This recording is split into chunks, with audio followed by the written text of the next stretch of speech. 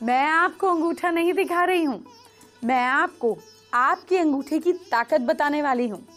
आपके पास कुछ हो ना हो, लेकिन अगर ये अंगूठा है तो परेशान होने की जरूरत नहीं है।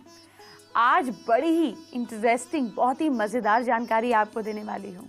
आपका अंगूठा आपका भविष्य बताता है। वो कैसे बताता है, आज ये जानिएगा। आपके पैर और आपके हाथ के अंगूठे की कमाल की जानकारी दूंगी। अगर आप ऑफिस से सीधे पार्टी जाते हैं तो 15 मिनट में ऑफिस मेकअप को पार्टी मेकअप में बदलने का तरीका बताया जाएगा। और आज मंगलवार है तो हनुमान जी की अचूक पूजा की जानकारी भी आपको दूंगी। आपके संकट बजरंग बली हर लेंगे। आज मैं आपको आपके हाथ और आपके पैर के अंगूठे के बारे में बहुत कुछ बताने वाली हूँ। ये बहुत ही इंटरेस्टिंग जानकारी है।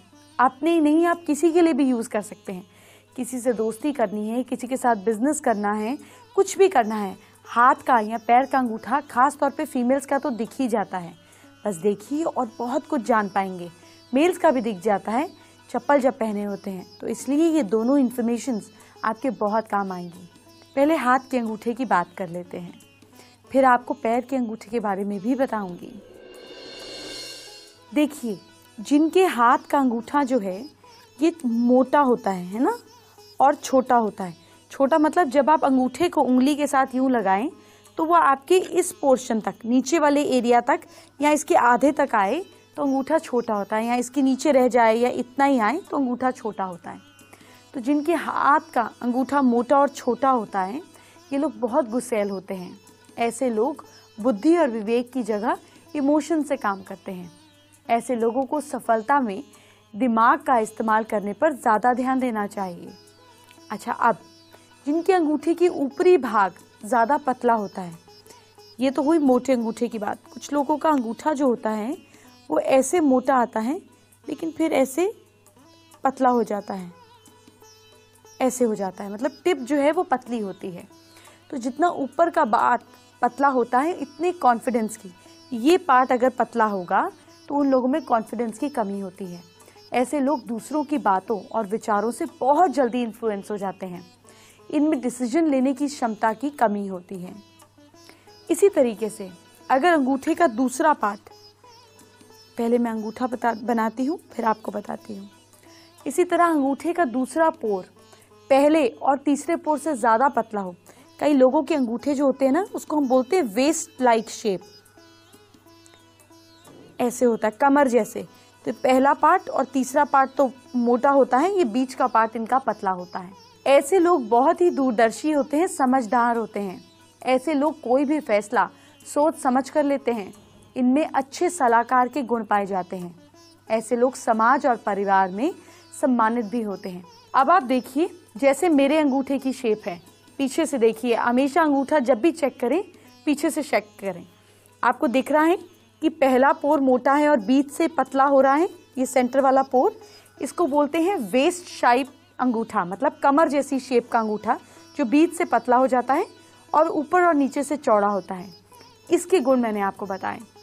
अब आपको एक अलग तरीके का अंगूठा बताती हूँ।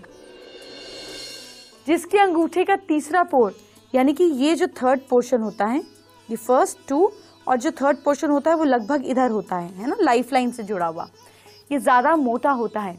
ये लोग बहुत चालाक और ज़िद्दी होते हैं। ऐसे लोगों में इमोशंस की कमी होती है। अक्सर ये अपने मतलब और फ़ायदे को ध्यान में रखकर ही दूसरों की सहायता करते हैं और उनसे नाता रखते हैं। जिनका अंगूठा फ्लेक्सिबल होता है, कैसे चेक करेंगे? जितना पीछे मुड़ता है, जितना पीछे मुड़ता है अंगूठा, जितना स्टिफ होता है या जितना लचीला होता है, जितना लचीला होता है वो वैसे ही स्वभाव वाले होते हैं। ऐसे लोग हालात के हिसाब से खुद को ढाल लेते हैं। बेसिकली अंगूठा है क्या? अंगूठा आप हैं, यह आपकी आइडेंटिटी है। कहीं पर भी, अब तो आप देख रहे हैं, पासपोर्ट हो, वीज़ा हो, सब जगह हम अंगूठे का प्रिंट भी देते हैं। ये बायोमेट्रिक्स के हिसाब से आपकी आइडेंटिटी है। एक जने का फिंगरप्रिंट दूसरे के अंगूठे से नहीं मिलता है। आपकी आइडेंटिटी अगर लचीली है तो आप फ्लेक्सिबल हैं, अगर ये कड़क और स्टिफ है तो आप स्टिफ हैं, अगर इसकी वेस्ट लाइक शेप है तो आप समझदारी से अपने आप को ढाल लेते हैं, अगर ऊपर वाला पार्ट छोटा है तो कॉन्फिडेंस की कमी है। तो अंगूठे को ऐसे देखिए जैसे कि आप खुद खड़े हों। आपको समझ आ जाएगा कि आपकी स्ट्रेंथ और वीकनेस क्या है। जब अंगूठा फ्लेक्सिबल होता है तो इनमें खूब धन कमाने की चाहत होती है, लेकिन प्रयास करने पर भी धन बचा नहीं पाते हैं। ये मुश्किल हो पाता है क्योंकि खर्चे में भी फ्लेक्सिबल होते हैं। ये अपने समय को बेकार नष्ट करने की बजाय कुछ ज़रूरी कामों में लगाना पसंद करते हैं। इनके स्वभाव में एक कमी ये होती है कि ये दूसरों की बातों से जल्दी प्रभावित हो जाते हैं और जल्दी इमोशनल हो जाते हैं। अभी तो सिर्फ हाथ के अंगूठे की बात की है, आगे आपको पैर के अंगूठे के बारे में भी बताने वाली हूँ, जो आपका भविष्य बताता है। आगे बात करेंगे इसी शो पर। अभी एक ज़रूरी जानकारी, आज का पहला महाउपाय जानने का वक्त हो गया है। क्या मेहनत के बाद भी आपका काम नहीं बन रहा है? ऐसे में हम क्या करें अगर आपकी मनोकामना पूरी नहीं हो रही है? तो आप किसी भी गुरु पुष्य योग आप गूगल से देखकर निकाल सकते हैं। मंथ वाइज आ जाएगा। गुरु पुष्य योग में चंद्रमा के दिन सुबह हरे रंग के कपड़े की छोटी सी थैली तैयार कर लीजिए। ठीक है, इस थैली में गणेश जी के चित्र के आगे आपको संकट नाशक गणेश स्तोत्र के 11 पाठ करने हैं। ये आप गूगल से निकाल सकते हैं, इसको सुन भी सकते हैं। फिर इसके बाद इस थैली में आप 7 मूंग के दाने डालेंगे, 10 ग्राम साबुत धनिया डालेंगे और 1 पंचमुखी रुद्राक्ष डालेंगे। आप चांदी का सिक्का, घर में कितने सारे पूजा के चांदी के सिक्के वगैरह होते ही हैं हमारे पास में, उसको भी डाल सकते हैं। पंचमुखी रुद्राक्ष भी मार्केट में इजीली मिल सकता है, उसको डालेंगे और साथ में 2 साबुत सुपारी डालेंगे। 2 हल्दी की गांठें भी रखेंगे। 2 हल्दी की गांठें रखने के बाद में आपको गणेश जी को शुद्ध घी के मोदक का भोग लगाना है। ये थैली तिजोरी या कैश बॉक्स में रख दीजिए। फाइनेंशियल सिचुएशन फटाफट सुधर जाएगी।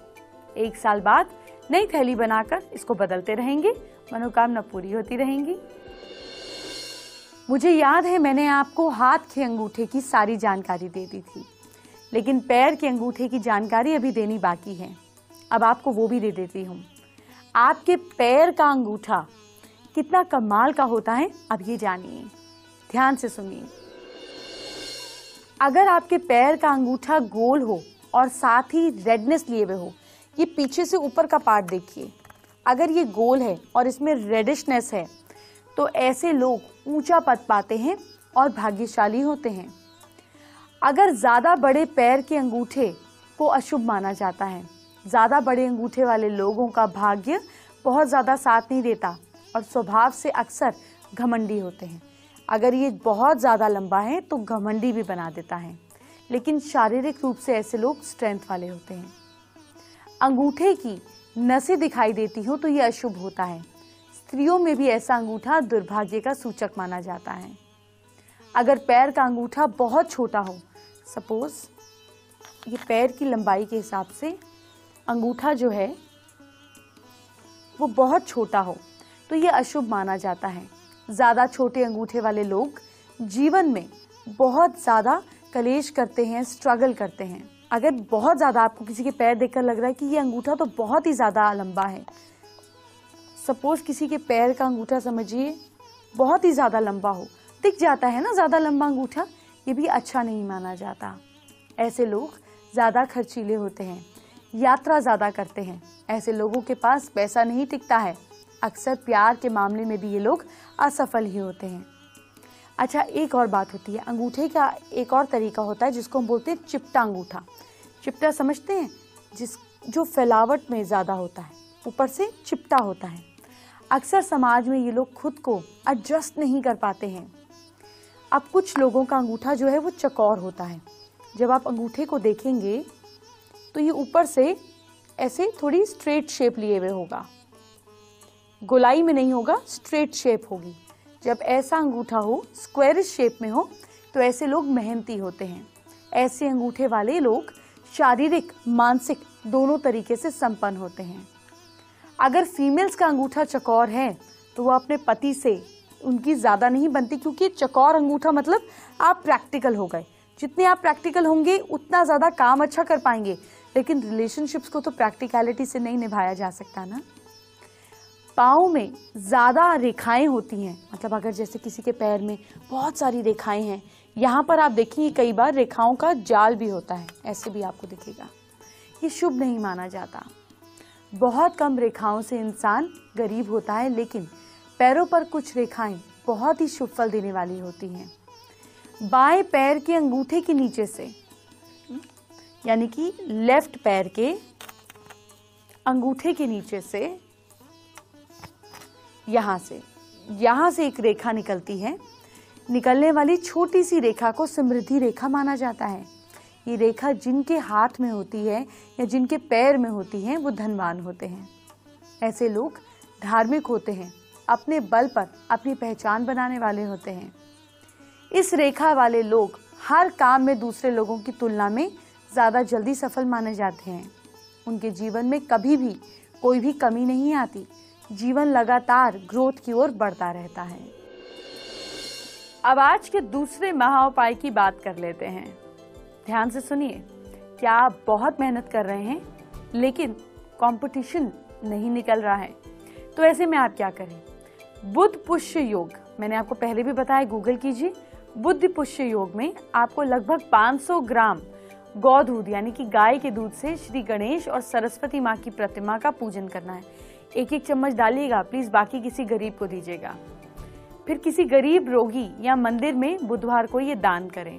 इससे सफलता मिलती है, लेकिन पढ़ाई लिखाई में कोई कमी या कोई केयरलेसनेस नहीं होनी चाहिए, ये ज्यादा जरूरी है। आज मंगलवार है और हर मंगलवार मैं आप सभी से बजरंगबली की बात करती हूँ। तो चलिए आज आप सभी को हनुमान जी की पूजा के नियम बता देती हूँ। आपको इन नियमों को फॉलो करना ही चाहिए। हनुमान जी की पूजा सरसों के तेल, घी या चमेली के तेल के दिए से ही करनी चाहिए। हनुमान जी को लाल फूल चढ़ाने चाहिए, इससे वो जल्दी खुश हो जाते हैं। इनको पंचामृत स्नान कराकर सिंदूर और तिल के तेल मिलाकर पूरे उनके ऊपर लगाना चाहिए। इनकी पूजा हमेशा ईस्ट की तरफ फेस करके करनी चाहिए। पूजा और व्रत के दौरान ब्रह्मचर्य का पालन करना चाहिए। भगवान को चढ़ाए जाने वाला प्रसाद बिल्कुल शुद्ध होना चाहिए। आजकल रिलेशनशिप बहुत खराब हो रहे हैं। मुझको कई दर्शकों के मेल आते हैं, तो मैं आपको एक एक करके रिलेशनशिप को ठीक करने की जानकारी दिया करूंगी। आपके घर में भी जिसका भी रिलेशनशिप खराब हो रहा है वो देखते रहें, उनको आज नहीं तो कल समाधान जरूर मिलेगा। सबसे पहले भाई भाई के बीच अगर दूरी बढ़ रही है तो दोनों के बीच प्रॉब्लम चल रही होगी। आइए आपको इसे ठीक करने का तरीका बता देती हूँ। भाई भाई से अगर दूरी है तो वजह है मंगल का कमजोर होना। ऐसा होने पर दोस्तों से भी दूरियां बढ़ती हैं। मंगल कमजोर होने के लक्षण ब्लड और आईज रिलेटेड प्रॉब्लम हो जाती हैं। हाई ब्लड प्रेशर हो जाता है, ज्यादा गुस्सा आता है, वात रोग और गठिया हो जाती हैं। उपाय क्या है? कार्तिकेय या शिव पार्वती जी की पूजा करें, इनके स्तोत्र का पाठ करें। आप आज भगवान राम और माँ सीता को लाल गुलाब चढ़ाएं।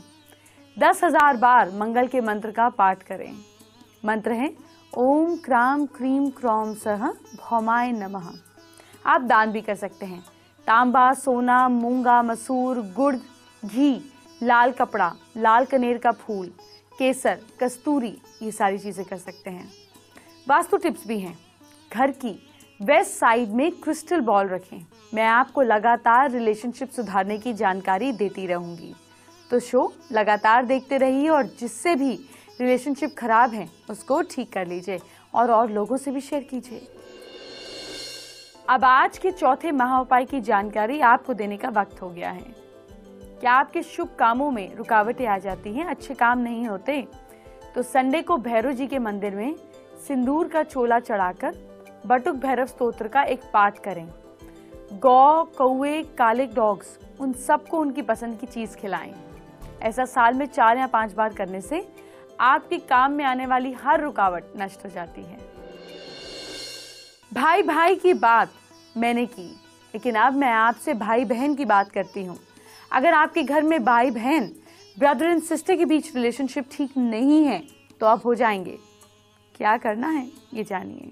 भाई और बहन के बीच मनमुटाव, वजह है बुध कमजोर होना।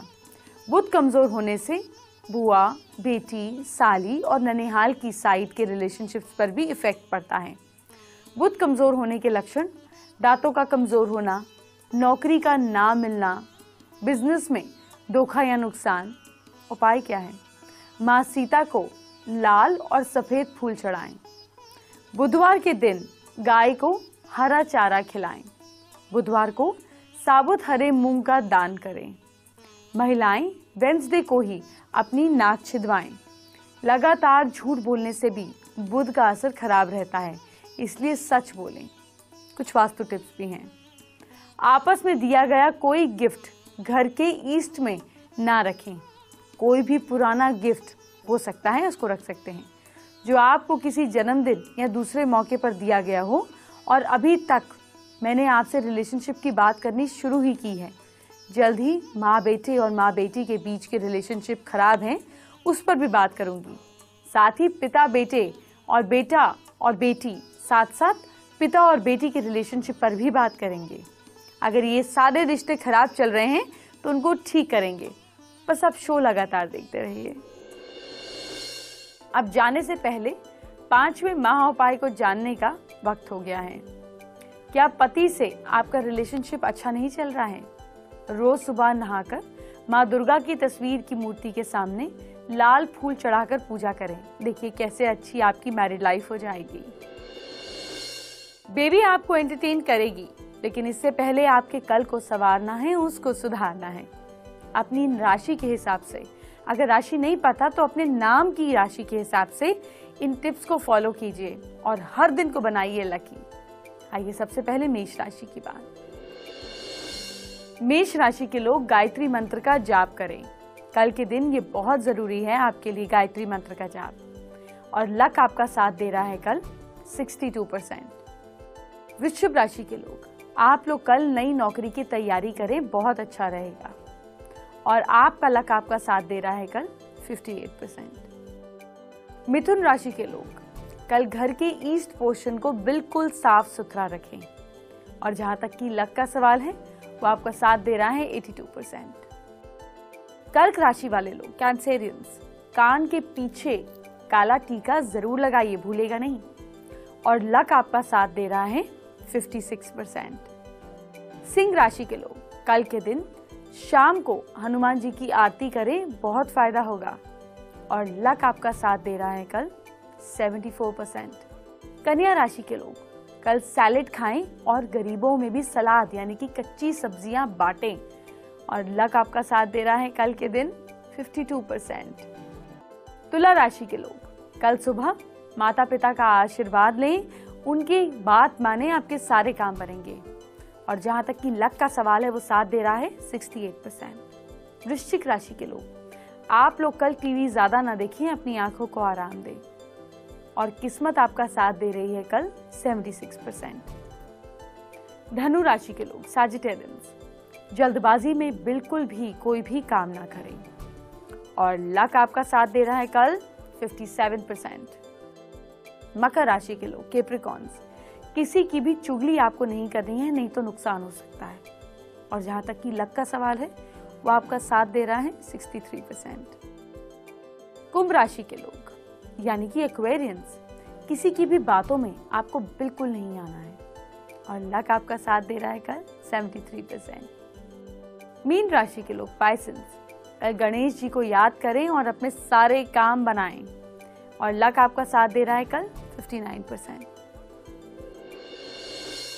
अभी तो मैं चलती हूँ, लेकिन कल से 3 दिन के लिए शिवरात्रि स्पेशल की शुरुआत हो रही है। आपको 24 की शिवरात्रि की तैयारी और एक से बढ़कर एक उपाय कल से बताना शुरू कर दूंगी, इसलिए शो जरूर देखते रहिए। अभी चलती हूँ, बाय बाय, टेक केयर।